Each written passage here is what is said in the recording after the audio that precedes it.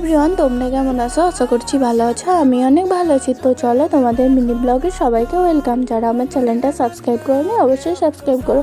প্রথমে ছোট্ট বাচ্চাদের পড়িলাম, পড়িয়ে টুড়ে উঠে স্নান টান করে ঠাকুরকে পুজো করে নিলাম। তারপরে দেখো, যেহেতু আজকে আমার বাবার দিবসই ছিল, সেই জন্য ফুল তারপরে মিষ্টি দিয়ে দিলাম।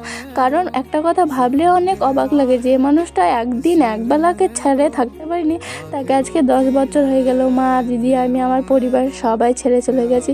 আসলে আমার বাবার ভালোবাসাটা কোনো দিনই কমতি ছিল না। আজ সত্যি কথা যদি বলতে হয়, আমার বাবা আমাকে কোনো দিন মানে যতদিন বেঁচে ছিল ততদিন কোনো দিন গায়ে হাত দেয়নি। অনেক কষ্ট লাগে বাবা হারানোর কষ্টটা, যে কাউকে বলে বোঝাতে পারি না। দেন তারপরে পুজো টুজো করে তারপরে দেখো, আমি যেহেতু মনসাতলা যাবো বলে কত পদ্ম ফুল নিয়ে এসেছিলাম। তারপর চলেও গেছি মনসাতলা। ভিডিওটা ভালো লাগলে লাইক, কমেন্ট, শেয়ার, সাবস্ক্রাইব। যারা আমার চ্যানেলটা সাবস্ক্রাইব করোনি অবশ্যই সাবস্ক্রাইব করো।